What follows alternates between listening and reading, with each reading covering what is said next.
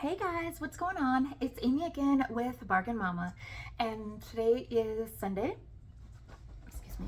And I do want to say thank you so much to everyone that on my post yesterday about my dad's fire. And I came on today because I am having a very, very rough time. There's a lot of emotions mixed up, so I still am in Arizona and I'm trying to figure out things from Arizona.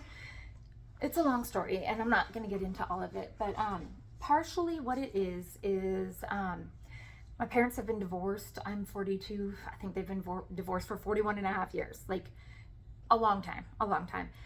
We didn't know our dad till we were like 13 or 14. You know, we went and visited him and all this stuff or whatever, but I just feel like if you don't have that connection with somebody, you don't have that connection with somebody. Bless you, Belle. My dog just sneezed. So, but they're still your family and you still love them. Sorry, I need a drink. And so I've gone out, I visited my dad several times. You know, I mean, divorces happen and you still love your parents. So I have an older sister and a younger sister. I am the middle child.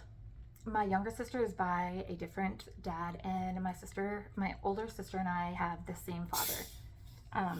One second, I'm sorry.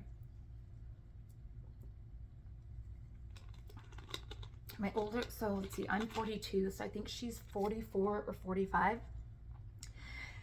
Unfortunately, she does have a very close connection with my dad.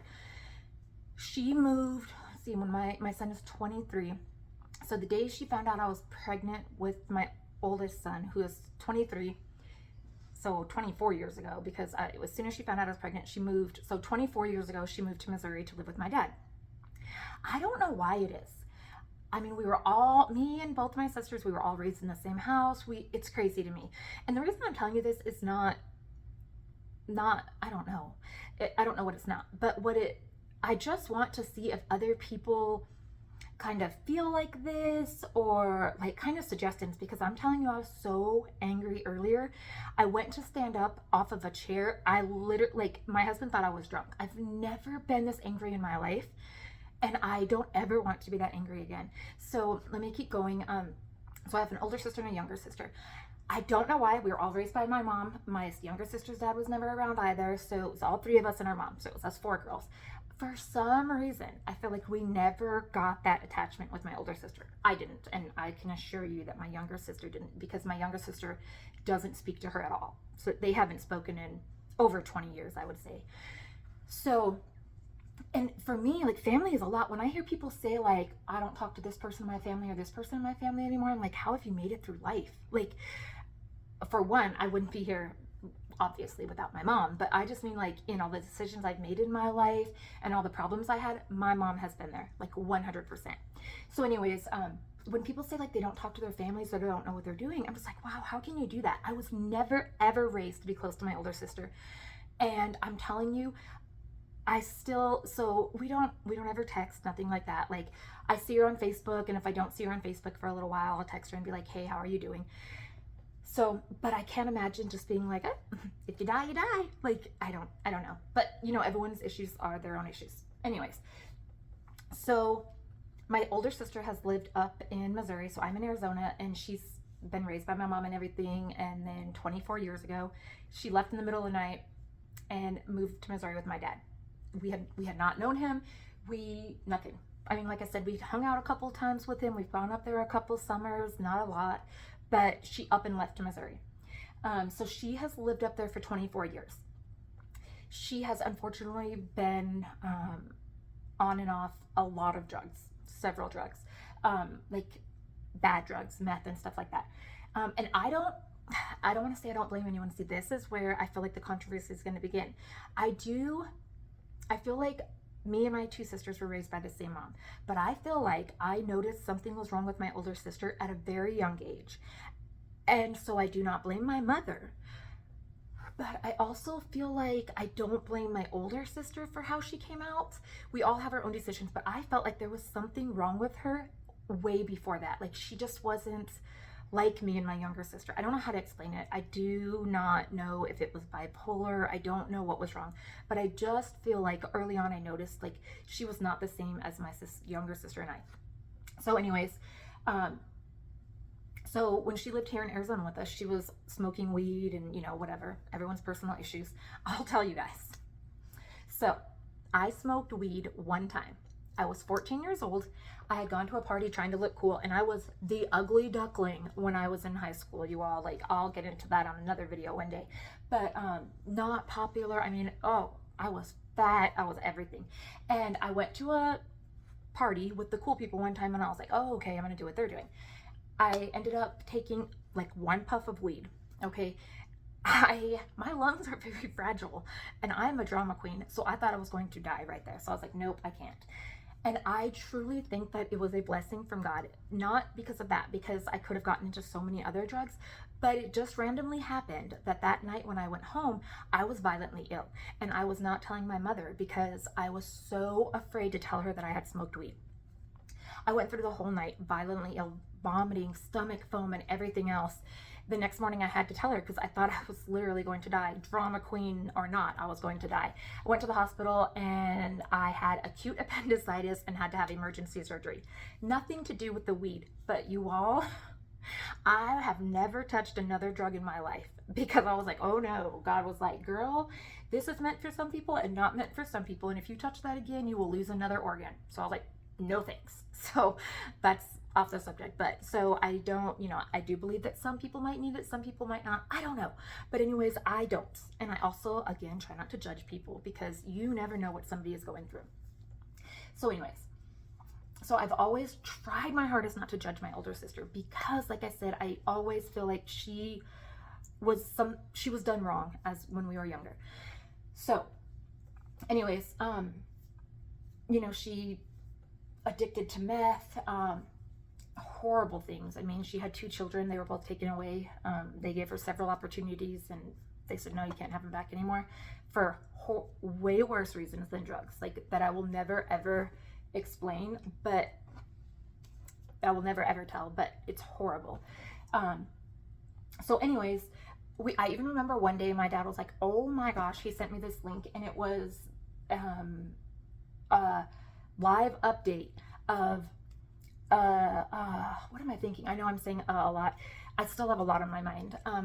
So it was a live update of a high-speed car chase going through. So my dad lives in Independence, Missouri, which is right there onto Kansas, the Kansas line. So Missouri and Kansas. So it was a high-speed car chase across state lines.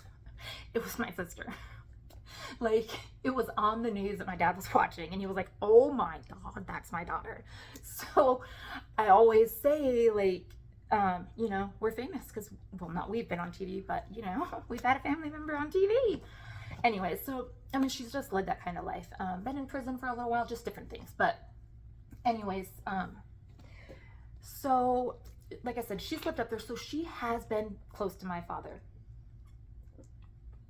And like, my mother has been my backbone, and if I ever have fallen into anything bad, my mom's been there.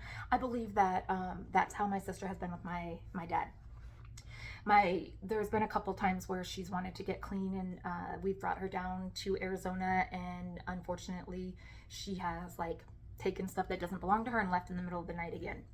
So she's burned all the bridges for everyone in my family except for my dad and for me. So I don't feel like I should about a sister to her, but I also cannot write somebody off, because even if I said I could, I couldn't. Like, if I saw something where it was like, oh, she passed away or something, I would be like, I should have talked to her that night. I should have done something. So anyways, again, her and I don't speak. I message her through Facebook every now and then and say, are you alive? How are you doing? And so I think I had a YouTube channel 2 years ago.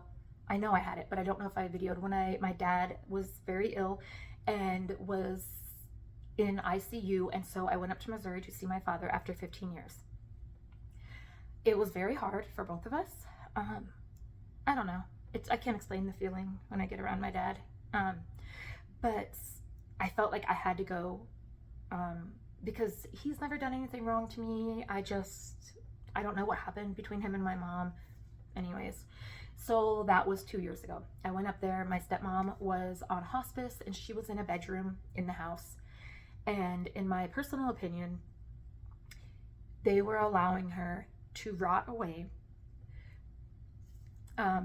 because she was still getting Social Security. When I say they, I don't quite mean my dad, because he was also extremely ill at the time. Again, I went up there because he was in ICU at the hospital. So, it was just the things that happened in that house. Like when I saw her, I mean, she was just in the bedroom. I didn't like the feeling. I didn't like that she was like kind of trapped in a bedroom. So she couldn't get up out of bed. She relied everything on, well, him, who he had, again, just gotten out of the hospital for severe heart issues and stuff. So relied on my sister. And it's very hard to rely on my sister due to several issues. I personally don't believe that she's on meth anymore. I do believe that she abuses painkillers and other things I don't know. My family says I'm naive, and that she has me tricked, but I just feel like, I mean, I'm very proud of my sister. She has held down a job for like 2 years now at a gas station. She's, I mean, been there every day. She works. So my family, of course, is like, you know, she has you wrapped around your finger.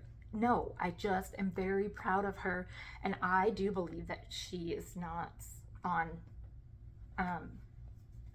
what was it? It's, sorry, my brain is gone. Like, I do believe that she's not on meth anymore. So, you know, prior to her children's dad, they all cooked meth in the house with the children there. Again, way worse than that, why the children got taken away. So if you can just imagine. But, and then he was in prison, I believe, for murder or something for about 15 years. And when he got out of prison, it was less than that. When he got out of prison, my sister and him got back together, and he was drinking and driving on his motorcycle, maybe longer than 2 years ago, maybe 3 years ago. I don't know the exact number, but it was definitely within the last couple of years. He had just gotten out. I believe he had been out less than a year, and he was drinking and driving on a motorcycle on a high-speed chase from the cops and ran headfirst into a brick wall. So this is not by any means like trying to get people to be sad. It's not meant to be a sad video. It's just saying, like, you all, if I could be on a reality show. No, I'm just kidding. But I think it's just kind of an event because I'm so upset today. Like I said, I have calmed down. It's been several hours. I've never been so upset as I was earlier, and I do not ever want to be that upset again. So anyways, bringing it up to 2 years ago, I went to go visit them. My dad was extremely ill in the hospital. His wife was on hospice in a bedroom all by herself with her catheter draining into a bucket. In Missouri, most of them have basements because I don't know what Mother Nature destruction they have there, but they have something. And so that my parents my dad lived in a very small home, like 872 square feet, two bedrooms on the top with one bathroom, and then the bottom is just the basement. Actually, I do think I videoed when I was there because I do remember my dad had because there were stairs to get to the basement and stairs to get outside of the home. My dad had a chair that you would sit in and it would drive down the stairs itself. And I was so ready for like an amusement ride. And this thing went, and I was like, oh, is this how fast it goes? So anyways, when I went 2 years ago, I told my husband, like, we have to go back at some point because my dad's kitchen was absolutely horrible. It had not been updated in forever, and that's not what I mean by updated, but it still had carpet on the floor and the very old carpet, so all the oil and everything had set in, where I guess it would be okay in a one-story home, but if there's a basement under that, your structure of your floor is now almost done. And so I told my husband, like, we have to go back and try to like get this fixed for him at some point. And we had asked my dad several times, like, is it a good time? You know, it wasn't a good time. So when I was up there, also the couch that he had been sleeping on, because it's 2 bedrooms, so my sister had 1 bedroom and his wife had 1 bedroom, was up on blocks and had all the springs sticking out of it and everything. And my dad and my stepmom had a very good income at the time, So I was very upset as to where my dad's money was going. So anyways, we went and bought him a new like recliner couch thing, because he had to have something. That's what he was sleeping on, and he had to sleep upright because of his breathing and water retention was so horrible. He couldn't sleep in a bed regardless. So, and again, so my sister has lived off and on, mostly on, in my dad's home forever. She's never, there's nothing wrong with people that don't graduate high school. She didn't graduate high school. She's never, I feel like she's just never given herself a chance, pretty much. I don't even know the last time she had a driver's license, because she's just lost it and didn't care. And so, I'm sorry I'm playing with my hair so much. It's very nervous for me. So anyways, we're not very close. So when I went up 2 years ago, you know, she was like, hey, Aim. I was like, hey, I think she gave me a hug. I gave her a hug, but it's not like two sisters would be. Like me and my younger sister, amazing. So anyways, so then, you know, my dad was like, let me get a picture taken with my girls. So we took a picture with my dad. The first night I got there, there was some man living in my dad's basement, and my sister was living upstairs. I said, who is this guy in dad's basement? Like, why is there a man down there? And she was like, oh, I've been trying to get rid of him, but dad likes him and says he helps, da da da. And I'm just like, how does dad have no money? Like, because he's supporting all of you guys in this house. Like, why is there so many people in my dad's house? So it was just very upsetting, because this guy that was living in the basement, I don't know, like, it's beyond me. I have no idea what was happening in that house. And to be honest, like, it's a dead end road. I lived in it. Actually, I lived with my dad for 1 year when I was 13. I went to my freshman year at Van Horn High School and had to, even back then, walk through metal detectors to get into the high school. And so it's a dead end road, and it's a family kind of neighborhood.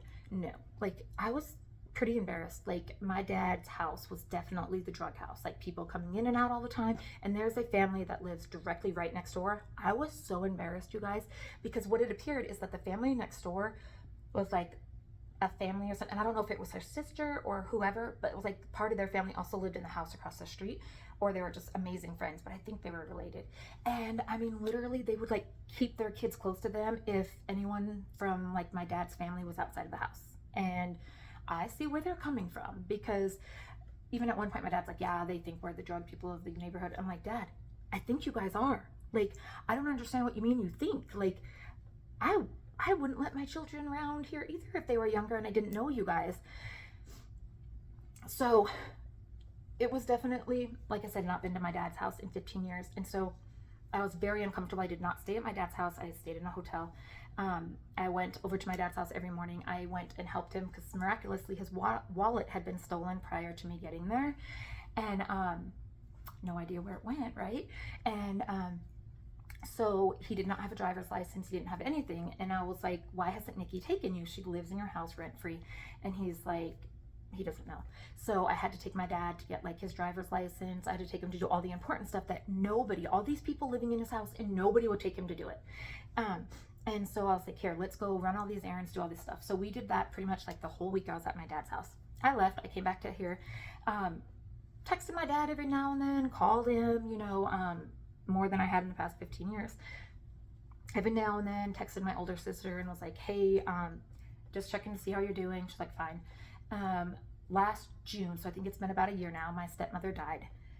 And it was actually, it might have been longer than that, because it wasn't long after I had gone up there to visit and came back that she had passed away. And to be honest, I was so thankful, because how she was living in that bedroom was beyond me, that the hospice nurses could come in and see that every day and see what was happening in that home and still come in. The hospice nurses came in 3 times a week and would take care of her.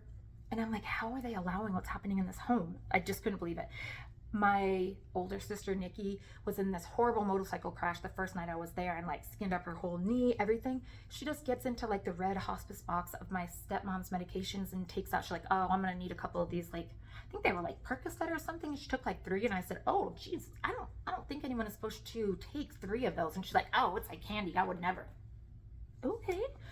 And it's just, to her, I feel like that's what I still believe that something is not all together upstairs. I don't think I'm all together upstairs, so let's be honest. But so she would just pop them like 3 and 4, like Percocet and stuff, like, and just keep going with her day. And I was like, that's something's not normal about that, Nikki. And so anyways,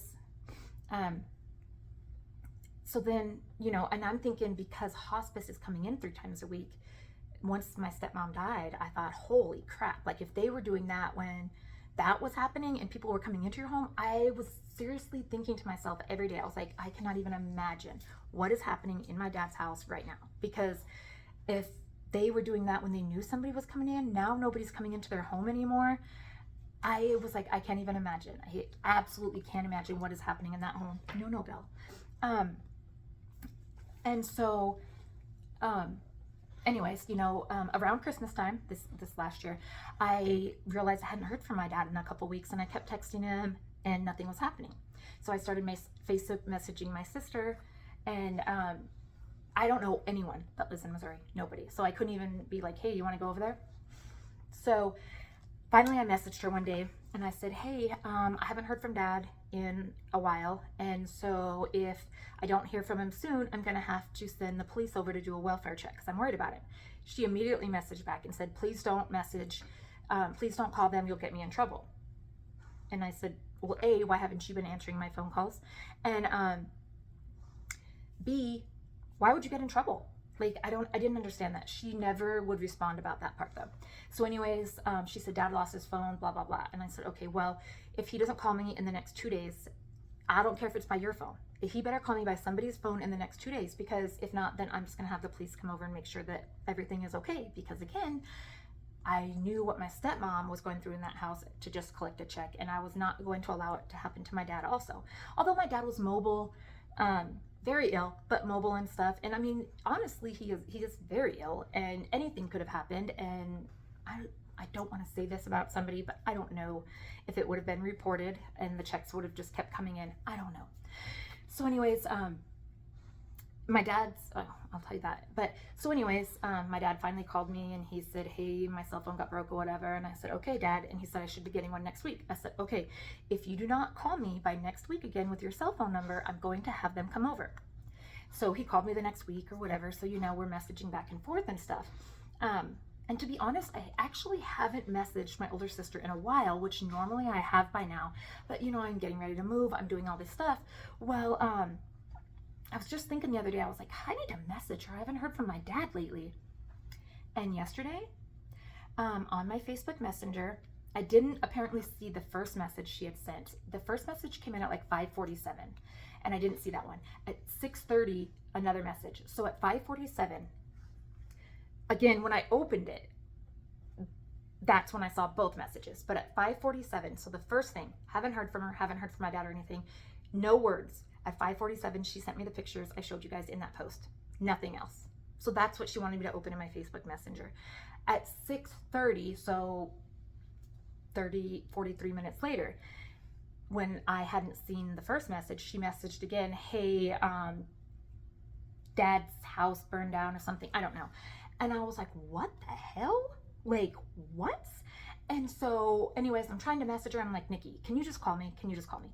And I told her, I said, Nikki, why in the world? Like, you only sent me the pictures. Like, what if I would have opened those first? I would have been like, why? Who does that? That's why I don't think that she knows she's doing things sometimes. I just think that maybe she's just, this is how she thinks things go. I don't know, because I can't imagine that somebody would just send those pictures.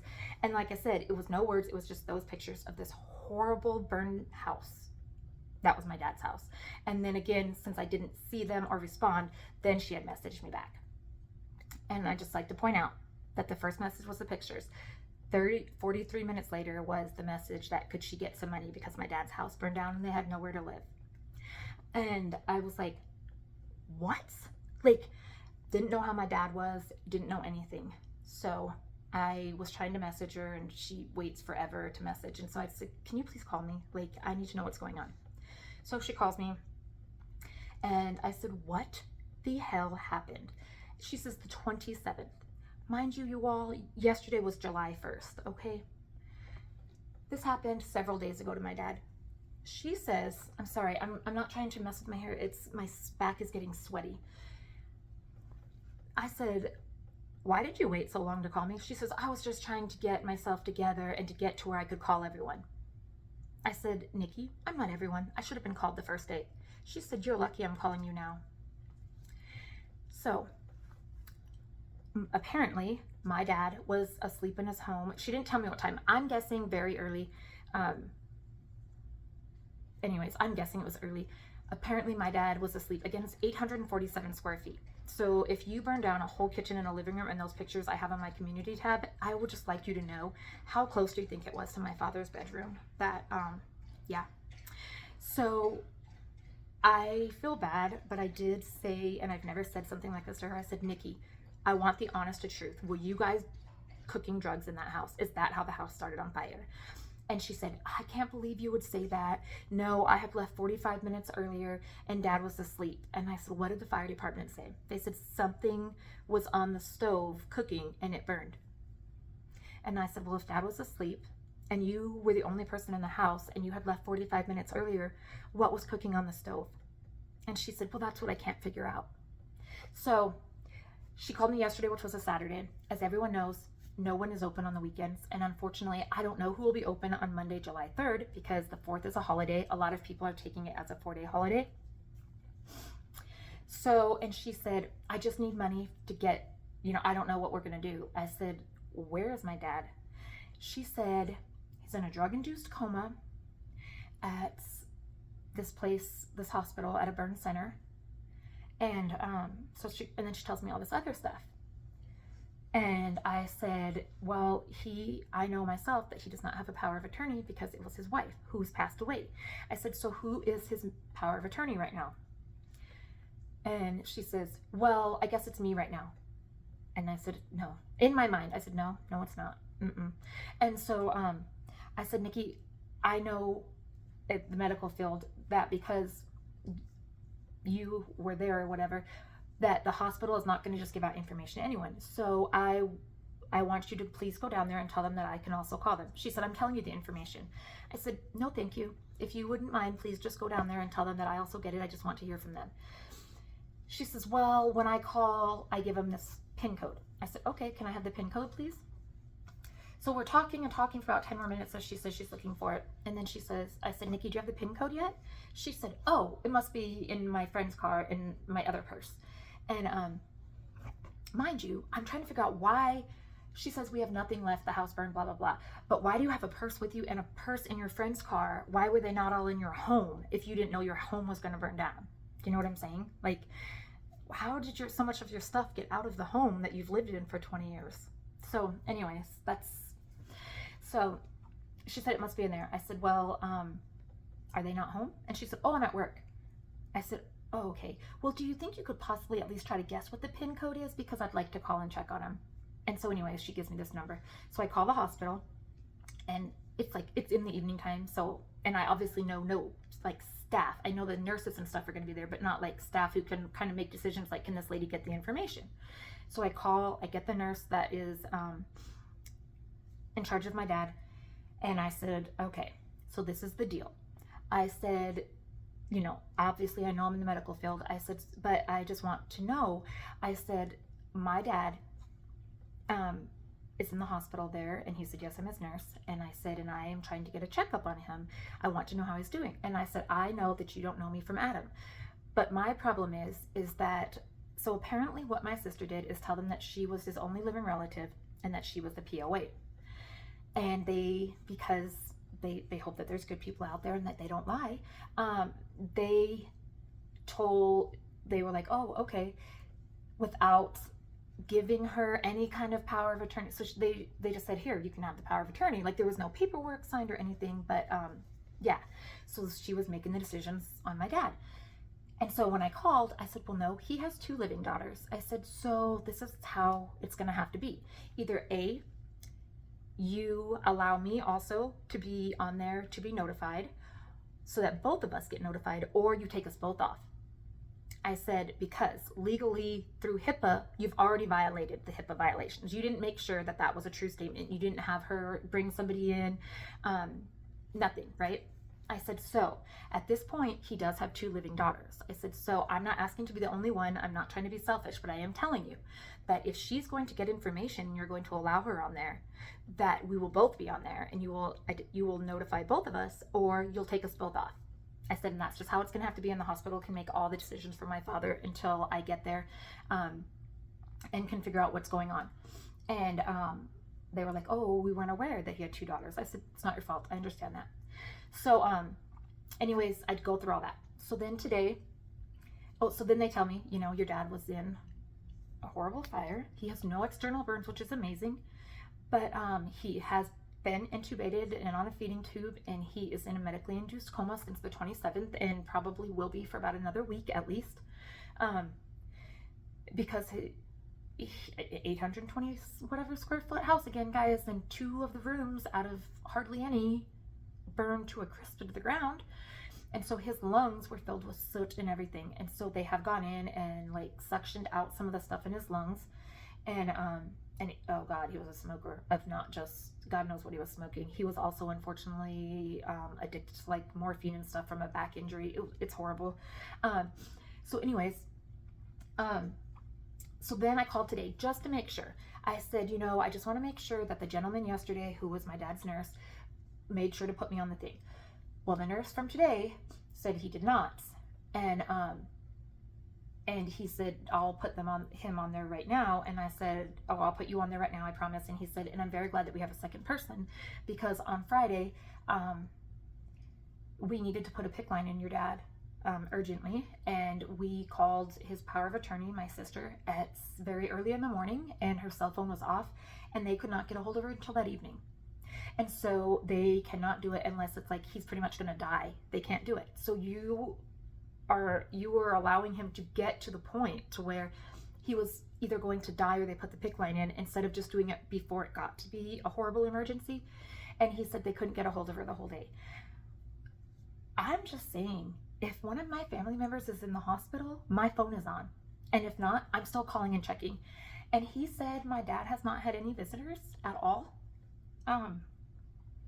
The whole time, which is odd. So let me just say, so I got into a very bad argument with my sister about a half hour before I called the hospital. And I was just very upset with her, and and I was not trying to argue, but I was also trying to tell her that we are both his child, and that we, no matter if she's lived with him or not, or if she's closer with him or not, at this point we're equal, because he does not have a power of attorney. I said, so don't think that you have, like, that you're just going to cut me off and I'm not going to know what's happening with my dad. Because she's like, you don't know what's going on. You don't know anything about what's happened. I said, I do know that dad's house was burned down, and I do know that he's in the hospital and he has no place to live. I said, so that's what I'm trying to help with right now. And so, yeah, anyways. So I called today, and he said, nobody's been here to visit your father since he's been here. We do cut down the sedation sometimes, so that we can get him to, see and make sure what's intact and what's not, due to the amount of smoke he took in. And he said, we were on the phone for about 25 minutes, and towards the end he said, oh wow, your sister just walked in. And I said, what? And I know for a fact, the only reason that my sister went there that day is to make sure that they did not give me any medical today. She went there today for the first time since the 27th. It's the second. And that's what I told him. I said, I assure you she's going to come and tell you, because she's there and I'm not. So I know a lot of you are like, why aren't you flying out there? Why aren't you doing this? I also have to work. And I also am getting ready to move to California in August, and I have so much stuff left to get my license, to get all this stuff together. And at this point for me, my dad is unfortunately in a coma. And so I'm going up there when he's closer to coming out of the coma, because I'm not going to be able to stay for very long.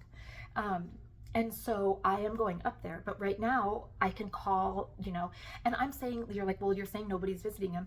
If I were there, I promise you I would be there. I would be going to see him and to make sure that he knew that there was people there. I always say, like, I can't imagine being in a coma. Like, you don't know if people can hear everything around them. It's like being trapped in your body. That is the worst feeling in the world. I mean, can you imagine laying there 24 hours a day? You don't know what time it is. The TV's not on because they don't know what you want to watch. You don't know if the light, I mean, the light might be on, you might want it off. You can't do anything. You can't. So you can't tell them if you have pain. You can't verbalize anything. So I would be there if I was there. But again, I want to be there closer to when my dad wakes up from this all. And so I have called, I called the police department today to get a copy of the police report, and then tomorrow I'm calling the fire department to see if it's being investigated or not. I am not going to tell them to investigate. I don't know what happened in that home. I have my suspicions, but I don't know anything about fire, and his house was a horribly outdated house that was not upkept. So I don't know what happened to my dad. I don't know what happened, but I do want to know if they think that anything happened in that home. I just don't understand, how was something on the stove if my dad was asleep? And then she's like, when they told me something was on the stove, I was like, oh, did he wake up and put something on there? So he woke up, put something on the stove, and went back to the same bedroom that you left him in. You know, like, I don't know. Something just doesn't add up right. But again, it was, you know, whatever. I don't know. It was a gas stove, so it wasn't electric. So maybe something behind it shorted. I don't know. That's why I really want to get hold of the fire marshal. But I just wanted to come on here and tell you guys thank you so much for everything that you guys, all of the prayers and stuff that I read this morning.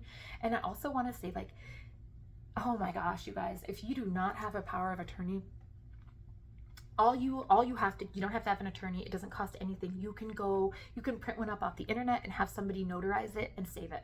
Like, that's all you have to do. Like, it takes 2 seconds.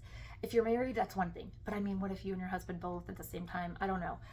I'd never, ever in a million years been in this situation, ever. And I never thought I would be in this situation. Like, it's insane.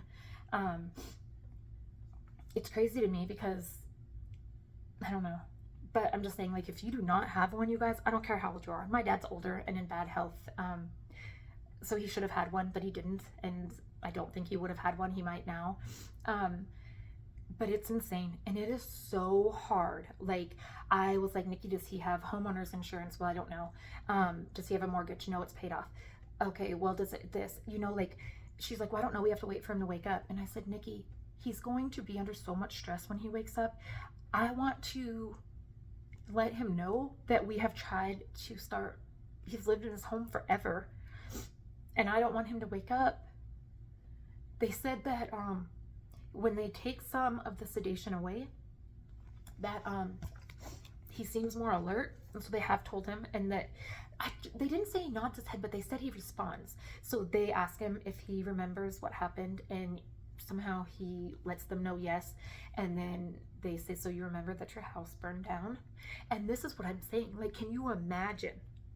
Like, you're laying there and there's somebody speaking to you and you can't speak, but they know that you're awake, and they're telling you that your house that you've lived in your whole life has burned down, and that you're in the hospital because you received life-threatening damages from that.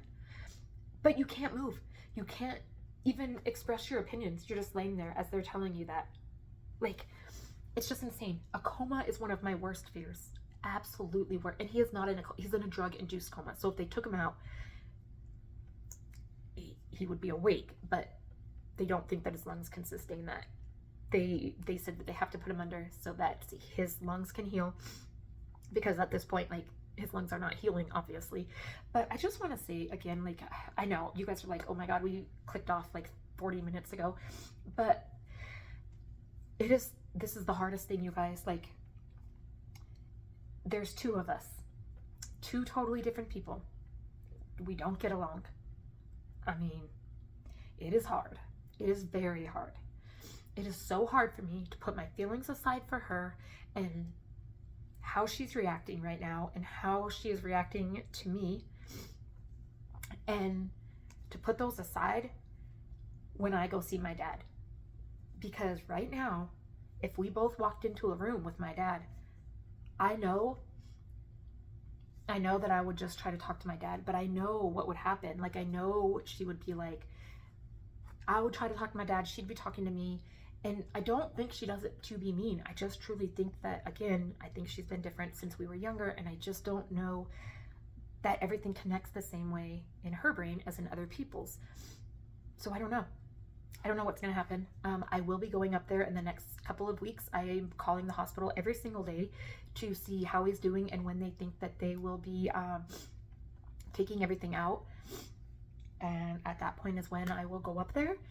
I have only seen the pictures of my dad's home that I lived in when I was 13, and that I was in 2 years ago, and that my dad burned in, pretty much. So that will be very hard also, I believe. But I just want to say thank you again, and I just, like I said, I mean, if any of you have any suggestions, like, I am definitely 100% putting my dad first. I have very much anger that I don't like. And I don't know. But anyways, and if I get any updates on the fire marshal or anything, I'll let you know. Like I said, I won't really know anything until offices open tomorrow on July 3rd. I do know that there is a police case number, which the lady I spoke to at the Independence Police Station, she said that if it is just strictly a fire and they don't suspect any sort of arson, usually the fire department is the only one who makes the report. So she said it is a little suspicious that there's a case number for the police department, but she can't read the report, so I won't know. So all right, now everything is assumptions. From what, the only thing I know is my sister said something was on the stove and it burned the house down, and I guess a ghost started it. I don't know. So I will let you guys know as I get updates. I am going to do a couple of haul videos today just because I need to get this stuff put away and I need to do something to keep my mind off of everything. So with that being said, it's going to take forever for this video to upload. But I hope that you guys are having a great day. Again, thank you so much for the kind words on my thing. My dad is doing great. I mean, like they said, the best, at this point, we're at the best situation we could be. No news is good news. So I hope that you guys have a great day, and I'll talk to you later. Bye, guys.